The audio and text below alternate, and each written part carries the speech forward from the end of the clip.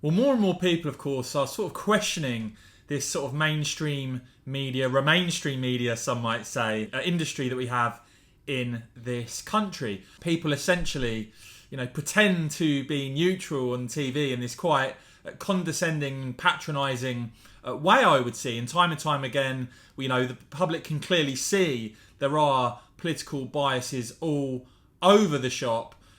Just look at some of the people that have recently left the BBC. Emily Maitlis, for instance, speaking her mind and basically confirming what many knew really to be her views when she worked at the BBC. We've now seen a Channel 4 presenter taken off air after using quite an offensive word there, insulting a minister in Steve Baker. And then you've got this BBC presenter talking about being gleeful, and this was just after Boris Johnson had announced he'd pulled out of the race to become the next Prime Minister. This has, of course, caused an absolutely huge backlash. Totally ridiculous. Check out this clip and let me know what you make of this.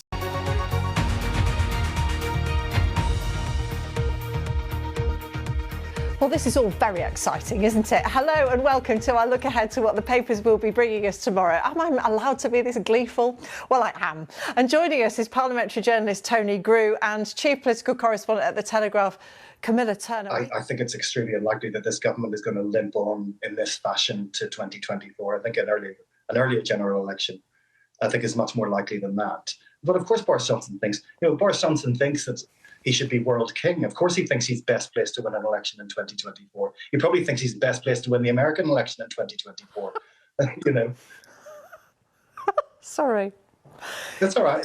I keep on making you laugh. I'm sorry. No, you do. I mean, I shouldn't probably. I'm probably breaking some sort of terrible due impartiality rule by giggling. So yeah, look, in response to this, Nadine Dorries coming out and saying the BBC is a public service broadcaster paid for by the general public who overwhelmingly voted for a Conservative government. This lack of impartiality demonstrates how deep-seated the bias is. But the problem is the Tories have talked a lot about ending the BBC licence fee. There doesn't really seem to be much action going on. We know there's increasing support now for the BBC to be funded by advertising and or subscriptions.